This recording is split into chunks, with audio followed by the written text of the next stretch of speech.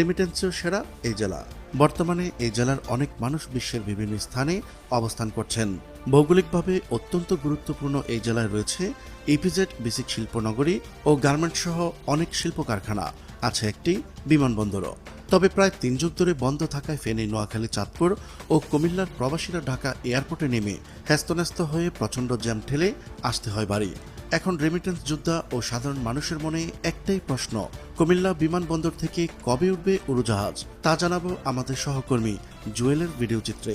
চলুন শুরু করা যাক। কুমিল্লা বিমানবন্দর দেখলে বোঝার উপায় নেই, একসময় এখানে বিমান ওঠানামা করত।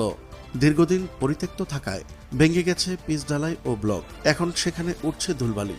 বিমানবন্দরের সংরক্ষিত অধিকাংশ এলাকায় ঘাস ও ফসলের চাষাবাদ হচ্ছে, অনেক জমি বেদখল হয়ে যায়। তবে এখানকার সিগন্যাল যন্ত্র ব্যবহার করে আন্তর্জাতিক রুটের 35 থেকে 40টি ফ্লাইট থেকে প্রতি মাসে সরকার আয় করছে প্রায় 2.5 কোটি টাকার রাজস্ব। কর্তৃপক্ষ সূত্র থেকে জানা যায়, বিমানবন্দরে এখনও 24 জনশক্তি কাজ করছেন। সরকারের সদিচ্ছা থাকলে অল্প জনবল নিয়োগ ও রানওয়ে মেরামত করলেই বিমানবন্দরটি পুনরায় চালু করা সম্ভব। আর এই বিমানবন্দরের সিগন্যাল সবচেয়ে বেশি ব্যবহার করে ভারত, থাইল্যান্ড ও সিঙ্গাপুরের উড়োজাহাজগুলো। সম্প্রতি দেশের অভ্যন্তরীণ রুটে বিমান চলাচলের জন্য পরিত্যক্ত 7টি বিমানবন্দর চালু করার কথা জানান বেসামরিক বিমান চলাচল কর্তৃপক্ষ। বিমানবন্দরগুলো হলো বগুড়া, লালমনিরহাট, শমশেরনগর, ঈশ্বরদী, ঠাকুরগাঁও, কুমিল্লা ও রাজধানীর তেজগাঁও বিমানবন্দর। এগুলো চালু হলে পর্যটন শিল্পের বিকাশ সহ দেশের অর্থনীতি চাঙ্গা হবে বলে মনে করছেন সংশ্লিষ্টরা।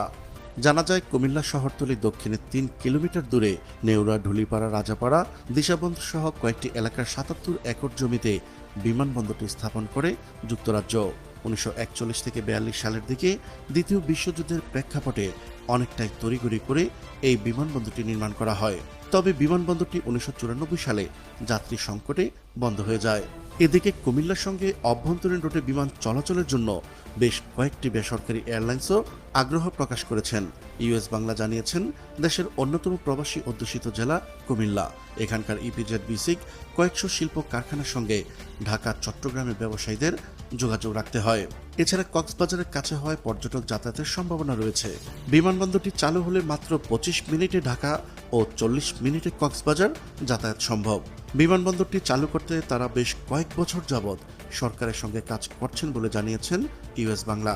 বর্তমানে এখানে navigation facilities, DVOR, DME, VSAT air communication যন্ত্রপাতি, উচ্চ ক্ষমতা সম্পন্ন জেনারেটর, যাত্রীদের জন্য আলাদা কক্ষ আছে। শুধু উদ্যোগ নিয়ে রানওয়ে মেরামত ও কিছু যন্ত্রপাতি আনা হলেই অভ্যন্তরীণ রুটে বিমান চলাচল শুরু করা যাবে।